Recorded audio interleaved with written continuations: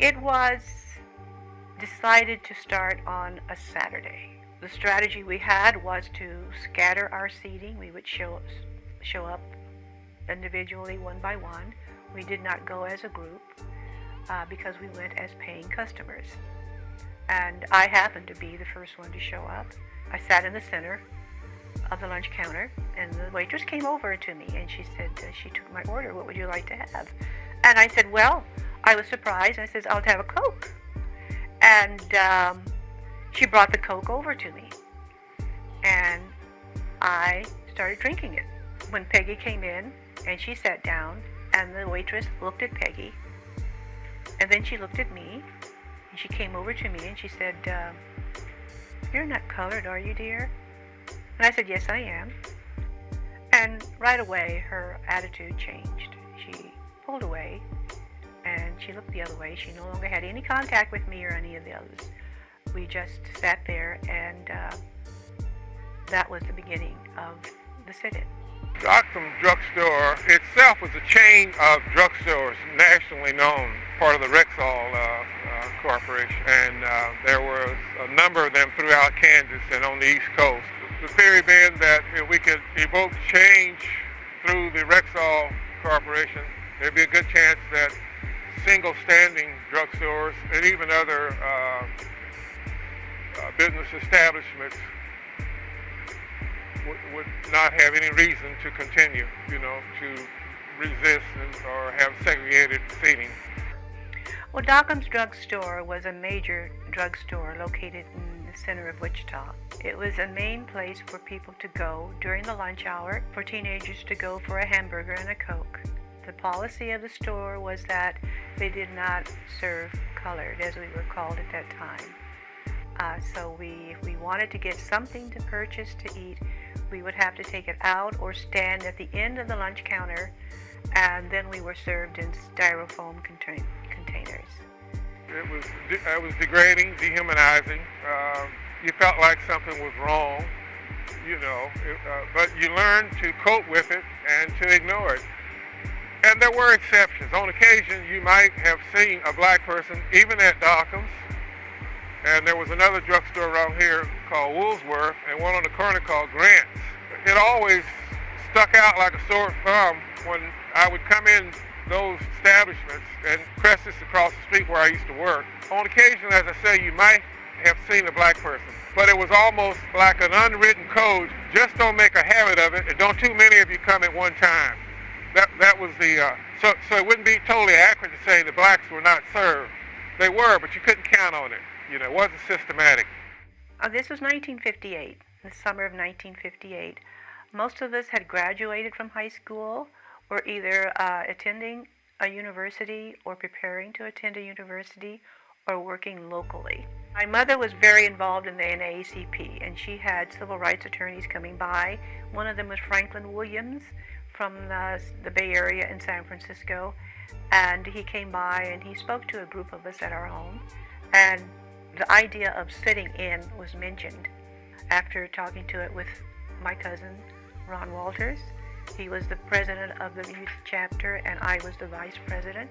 We agreed that this is something we wanted to do, and we wanted to carry it off ourselves. And when we heard this idea, we thought it was interesting, but there was a potential downside to that as well. This was the early part of the 1950s up till about the mid part. We were aware of Emmett Till, who was bludgeoned and mutilated in 1855. We were aware of the Little Rock nine black youth who tried to integrate Central High School in Little Rock. We were aware of Rosa Parks' efforts to desegregate public busings in Montgomery, part of the Montgomery bus boycott movement.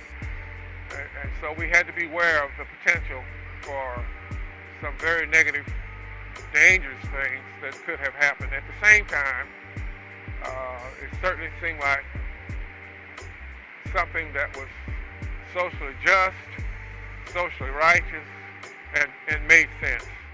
So we decided to use the nonviolent approach that Dr. Martin Luther King used here in the United States. So we did this role playing at St. Peter Claver Church, the basement of the rectory. We went there and we would sit on stools and we would practice how we would react if we were pushed or insulted some sort of way or called out of our name. And we did this over and over until we felt comfortable in using the nonviolent approach. This is the site of the Dockum building and where the Dockum drugstore was located. Obviously, it's under reconstruction right now.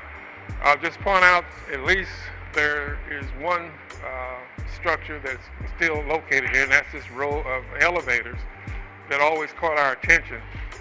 A lot of people would come in and would use those elevators to go upstairs. I point that out because these would have been some of the patrons who would have used the drugstore. There was a revolving door about right here. So most of us might have, when we were involved in the sit-in, actual sit-in, would have come in this entrance, but we would have also some come in that back entrance so that it wouldn't necessarily appear that we were all coming in for the same purpose at the same time. That became evident after we started to take seats along the counters that would have been on this back wall here. We came there for a purpose. That was to make a purchase and to challenge a 50-year-old custom. We had drawn up some placards, and unfortunately we don't have one of them left. But they probably would say, Dockum discriminates, we like to have service, something like that. And we would have them up and down the counter behind us so they'd be at eye level. I was feeling uncomfortable about it. We took them down. But I went back behind a petition where the local manager was. And I reinforced that, we didn't come to cause trouble. We just would like to make a purchase, receive service like anyone else that comes in. And he went on to say something to the effect that he was not the owner, he's just enforcing the policy of the store, but that he would be willing to arrange a meeting for our attorney, who was one of our mentors, talking about Attorney Chet Lewis. And shortly thereafter, I think Attorney Lewis called the store, made arrangements to have an interview with the owner of the Dockum drugstore. And I'm not sure we ever came back to work after that. We were the first to start this, and the Rexall stores all over our country integrated as a result of what we did here in Wichita. And we didn't know this at first, but eventually it came out that this is what their policy was. All over the nation, Rexall stores would not segregate to customers. There was one article in the white newspaper, and at some point there was an article in the black newspaper. For the most part, it wasn't talked about. It was almost as though the proponents and the antagonists were working together to keep it as quiet as possible, but for different reasons. But in and of itself, it was a small piece of a mosaic puzzle that was necessary. It was important. I don't want to belittle it, but it took Greensboro, it took Oklahoma City, it took St. Louis, as well as Wichita, to finally get justice for all people. We didn't intend to be the first in anything. We were simply trying to change things locally. This is our hometown. And as a result, I think the fabric of Wichita has changed for the better and is continuing to change for the better. It was just a great achievement for all of us. I am happy that I was a part of it. Just because there may not have been the extremities of violence, the lack of human dignity is the lack of human dignity. If there's no progress at all, and that happens when good men and women choose to live with and tolerate the status quo, it's better to strive for change than to live with the present when we know that things could be better. The Dockum Drugstore Sit-Ins, a historic struggle for equality, 1958. Between July 19th and August 11th, 1958, Wichita, Kansas, witnessed a pivotal moment in the struggle for civil rights through the Dockum drugstore sit-ins. This significant protest was orchestrated by Ronald W. Walters, then a local college student and president of the Wichita National Association for the Advancement of Colored People, NAACP Youth Council, along with his 19-year-old cousin, Carol Parks Hahn, who served as treasurer of the council. Their objective was to challenge and dismantle the racially discriminatory policies of the Dockum drugstore, which barred African Americans from being served at its lunch counter. The sit-ins commenced on July 19, 1958, when Walters, Parks Hahn, and 10 other students entered the Dockum drugstore sequentially until all the seats at the lunch counter were occupied. Parks Hahn, who was among the first to be seated, ordered a Coca-Cola. However, when the waitress realized that the store's policy prohibited service to African Americans, she hesitated, ultimately retracting the drink. The students made it clear to the waitress and the management that they intended to stay at the counter until they received equal service. The situation dragged on for hours as the students remained seated, despite the store's attempt to discourage them by closing the blacks-only fountain while keeping the whites-only fountain operational. When the store closed for the night, the students, having made their point, left but vowed to return.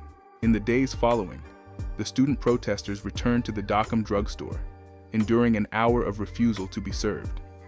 During the second round of sit-ins, tensions escalated when approximately 20 white segregationists arrived to harass and intimidate the protesters. As the crowd's hostility grew, one of the students contacted the police. The officers arrived after a 15-minute delay, conducted a search of the premises, and then opted not to intervene, citing the absence of any physical disturbances. Despite pleas from the store manager to address the situation, the police declined to take action against either the protesters or the segregationists, leaving the students to face escalating hostility alone. Undeterred by the threats and intimidation, the student protesters continued their sit-ins daily. As word of their courageous stand spread throughout Wichita, support for their cause grew. White students from Wichita State University began joining the sit-ins, amplifying the movement's impact. While local newspapers, such as the Eagle and the Beacon, chose not to cover the sit-ins to avoid giving them publicity, the local black-owned newspapers, the Enlightener, and the Midwest News Press provided consistent and detailed reporting on the events, ensuring that the struggle for equality remained in public discourse. Although the Wichita branch of the NAACP supported the students' efforts, the national office did not officially sanction sit-ins at the time, preventing the local branch from directly participating. Nevertheless, the persistent activism of Walters, Parks Hahn, and their allies proved successful.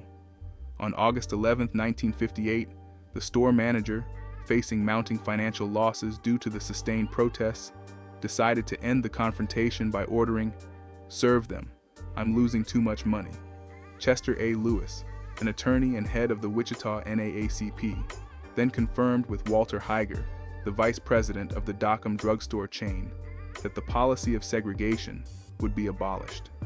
Following Heiger's directive, all Dockum stores were instructed to serve patrons regardless of race, marking the official desegregation of the Dockum drugstore chain. The legacy of the Dockum drugstore sit-ins was honored 4 decades later with a $3 million bronze sculpture unveiled in 1998. This 20-foot-long artwork commemorates the historic sit-ins, vividly depicting the lunch counter and the brave demonstrators who stood up for civil rights, forever preserving the memory of their courage and commitment to justice. Thank you for watching. If you enjoyed the content, please like, share, and if you haven't already, please subscribe to the channel. And be sure to tell a friend to tell a friend, sending love to each one of you. Feel free to leave a comment and share your thoughts on the topic.